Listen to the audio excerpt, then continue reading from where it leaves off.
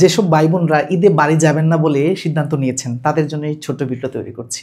আপনি হয়তো ভাবছেন যে ঈদে গেলে এলাকার মানুষ পাড়া প্রতিবেশী জিজ্ঞেস করবে কি করছি, আমি তো কিছুই করছি না, আমি তো বেকার, আমি কিভাবে এই প্রশ্নের উত্তর দিব, সেই ভয়ে আপনি বাড়ি না যাওয়ার সিদ্ধান্ত নিয়েছেন।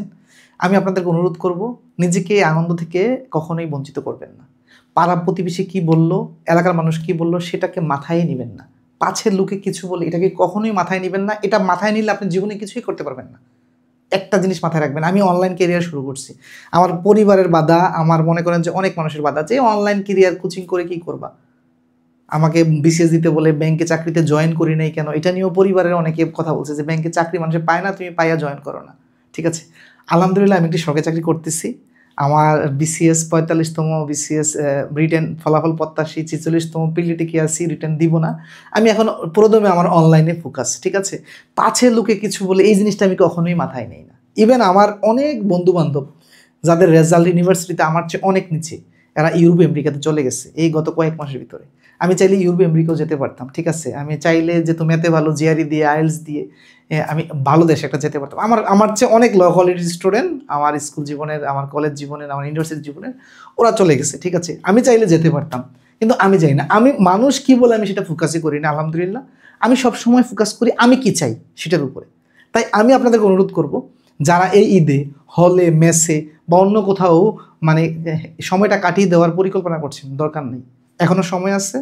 7 তারিখ ঈদ, এখনও সময় আছে, বাড়ি যান, মার কাছে যান, বাবার কাছে যান, মা বাবা না থাকলে আত্মীয় স্বজন, ভাই বোন যে আছে তার কাছে যান, আপনজনের কাছে যান। আর আপনজনরা যারা ভিডিওটা দেখছেন, আপনার যে আত্মীয় স্বজনগুলো চাকরি প্রার্থী বেকার রয়েছে, সে যদি আসতে না চায় তাকে ফোন দেন। এই ঈদ আগে, আনন্দ আগে, জীবন আগে, তারপরে চাকরি। ঠিক আছে, জীবনের চাকরি সব কিছু না। একটা চাকরি হইলে জীবন ঘুরে যাবে বিষয়টা তা না ভাই। দেখেন অনেক বড় বড় চাকরিজীবী, তাদের জীবনের দিকে তাকান, সুখে নাই। সুখ ভিন্ন জিনিস ভাই, আপনি বেকার থাকলেও সুখে থাকতে পারেন। সুখ হচ্ছে একটা মেন্টাল জিনিস। আপনি যদি মনে করেন যে আপনি ক্যাডার হইলে আপনি খুব সুখে থাকবেন, আপনি দেখেন সোশ্যাল মিডিয়ায়, আমি নাম নিচ্ছি না, অনেক BCS police cadre, admin cadre, এদের জীবন ব্যবস্থা দেখেন, দেখবেন যে অনেক মাঝে মাঝে সুসাইড করে, এই করে সেই করে। ঠিক না? তো এই জিনিসগুলো আপনারা দেখে শিক্ষা নেবেন। সুখ হচ্ছে আপনার কাছে, আপনি জীবনটাকে কীভাবে দেখছেন, কোন অ্যাঙ্গেল থেকে দেখছেন।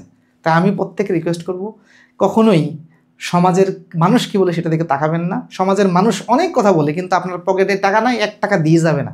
অনেক জ্ঞান দিতে পারে, কিন্তু কেউ আপনার ঘরে 1 কেজি চাল দিয়ে যাবে না। ঠিক আছে, আমি এই যে অনলাইনে যখন কাজ শুরু করি, আমি প্রথম বেচ পড়িয়েছিলাম করোনার সময়। হ্যাঁ, যে আপনার এই তখন যখন ভাঙা মোবাইলতে শুরু করি, আমার বন্ধু বান্ধব অনেকে মনে মনে টিটকারি করতে, আরে কি পড়া, এগুলো পরে কি করবি, কমেডি। কিন্তু আলহামদুলিল্লাহ এখন আমি দেশের টপ একজন গণিত শিক্ষকদের মধ্যে একজন, টপ কয়েকজন যে গণিত শিক্ষক আছে তাদের মধ্যে আলহামদুলিল্লাহ আমি একজন হতে পেরেছি। আপনাকে লেগে থাকতে হবে, এবং পাছে লোকে কিছু বললে এটাকে জাস্ট দেখা যাবে না, শোনাও যাবে না। আপনি জাস্ট আপনার টার্গেট হচ্ছে সামনের দিকে, আপনি সামনের দিকে টার্গেট করে জাস্ট এগিয়ে যেতে থাকেন। ঠিক আছে, তবে জীবনে একটা জিনিস করবেন, সৎ থাকবেন, আপনার কাছে সৎ থাকবেন, তাইলে দেখবেন আপনি জীবনে কিছু না। পাছে লোকে মানুষের পরামর্শ ততটুকু নেবেন যতটুকু পর্যন্ত আপনার টার্গেটে যেতে সহযোগিতা করে, এছাড়া না।